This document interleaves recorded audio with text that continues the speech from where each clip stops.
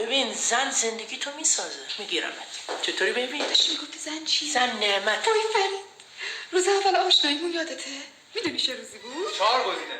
گزینه اول 21 دی، گزینه 2 19 آبان، گزینه 3 25 شهریور و گزینه 4 1 مرداد. شما فقط 60 ثانیه فرصت دارید و 3 تا گزینه.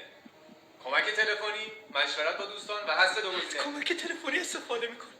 الو شاپور، تو میدونی من چه روزی با نازنین آشنا شدم؟ چی شده؟ هیچی نگو، فقط بگو. حاجی خاکسپاری آقام بود. باشه 19 آبان. فرید مردم.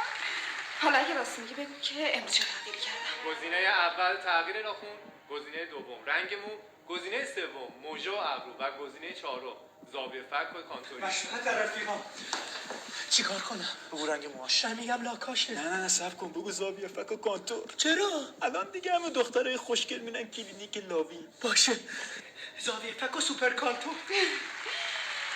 خدا قربونت برم. تا کجا فهمیدی من رفتم کلینیک لاوی سوپر کانتور و زاویه فک زدم؟ دیگه همه دخترای خوشگل میرن کلینیک لاوی، از جمله خانم خودم. دیگه برم.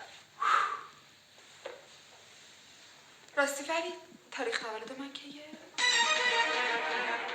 It was at this moment he knew. He fucked up.